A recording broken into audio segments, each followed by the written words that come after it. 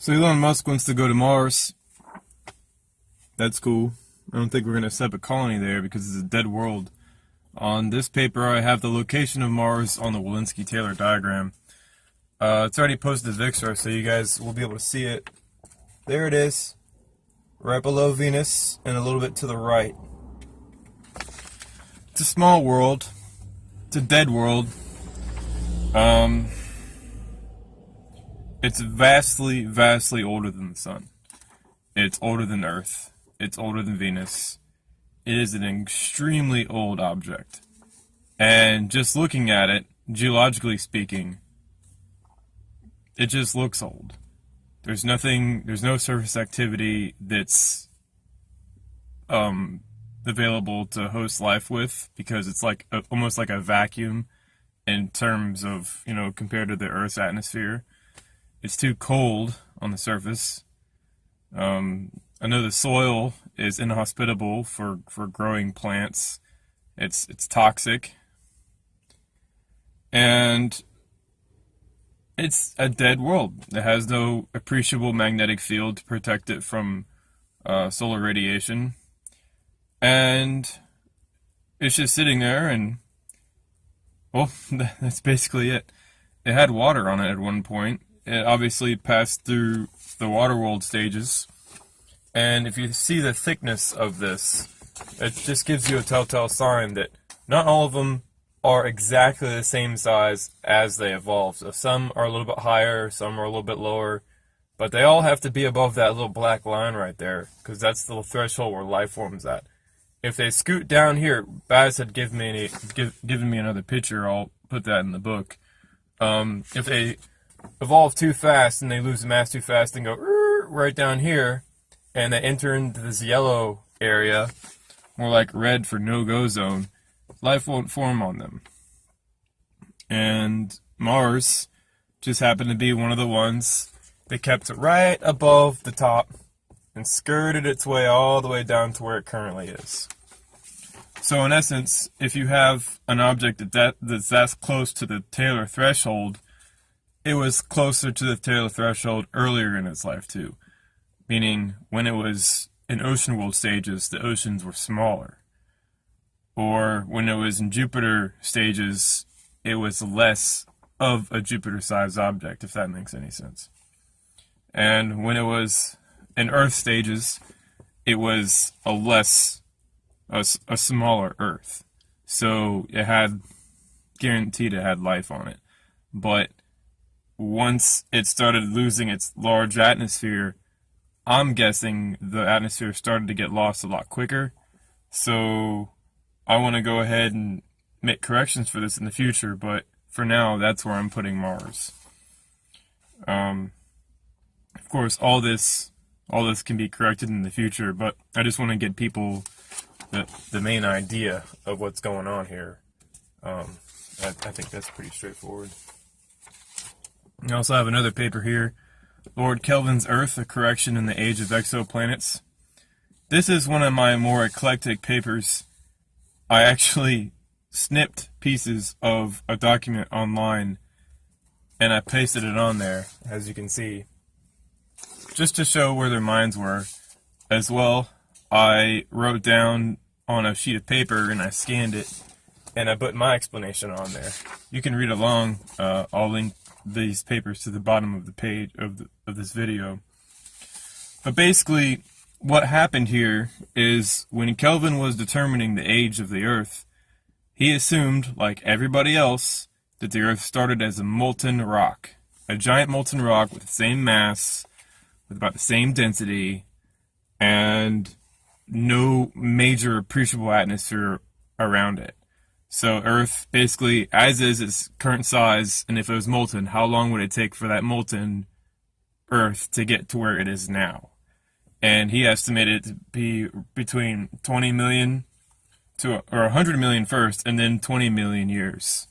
So, given the Earth did not have a huge, giant atmosphere, and it started off as a molten rock, which then cooled to its current state, yeah, 20 million years of cooling would make sense.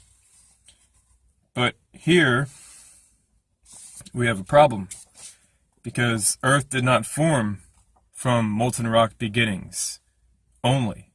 Sure, it had a stage where it had a lot of molten rock, but the stages of the Earth were never understood in Kelvin's time.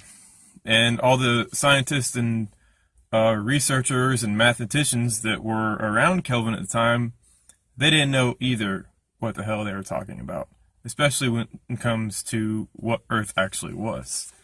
And if Kelvin would have realized that you had Earth way down here, and it was much more gaseous, and it had a huge atmosphere, which was then really, really, really, really hot. If he knew that, then it would be more reasonable to say, hey, well, clearly, if there's a very large atmosphere, and it's crushing all the internal material together, that material isn't going to be able to lose heat. It's going to be trapped by the incredible gravitational field of the object, crushing all the material, keeping it hot for extremely, extremely long periods of time. And the only way you can cool the interior down is if you remove the atmosphere, and the material can expand slightly and start solidifying, creating structures that we observe inside of meteorites. The Whitman-Staton structures, or Thomson structures, or whatever you want to call them. So basically what happened here is, 1863, they made the wrong root assumption, initially molten Earth.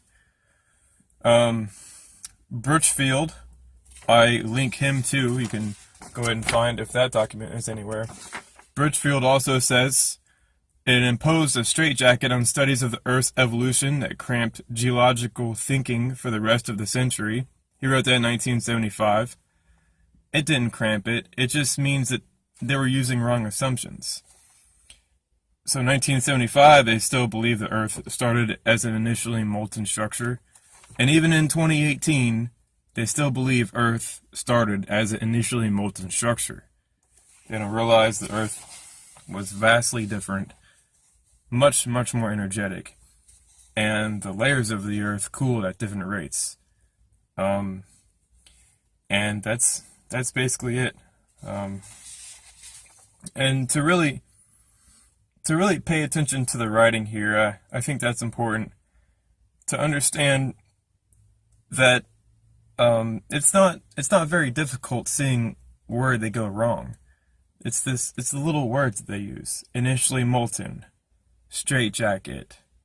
The words they say, known sedimentary material. That continues on. I didn't paste that to this.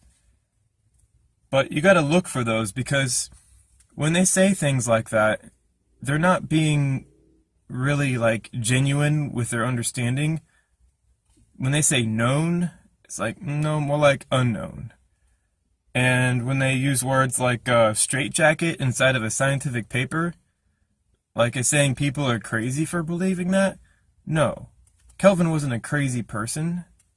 He was a very intelligent person and was using math to explain what was going on here. But of course, when you disagree with establishment, you're crazy. I guess that's how they want you to. That's what they want people to believe. And the only people who have the good ideas and the real knowledge about how the universe works are the people that walk the halls of Harvard, I guess. And in fact, that's not true at all. If anything, those are the parrots for a dogma that's outdated. And that's it. They're being replaced right now. And I think that's where humanity is headed. We're starting to understand what all this is, and they're being very silent about it. They're not speaking up too much anymore, as I've noticed. I think a lot of them are starting to realize what's going on here. All right, there you go.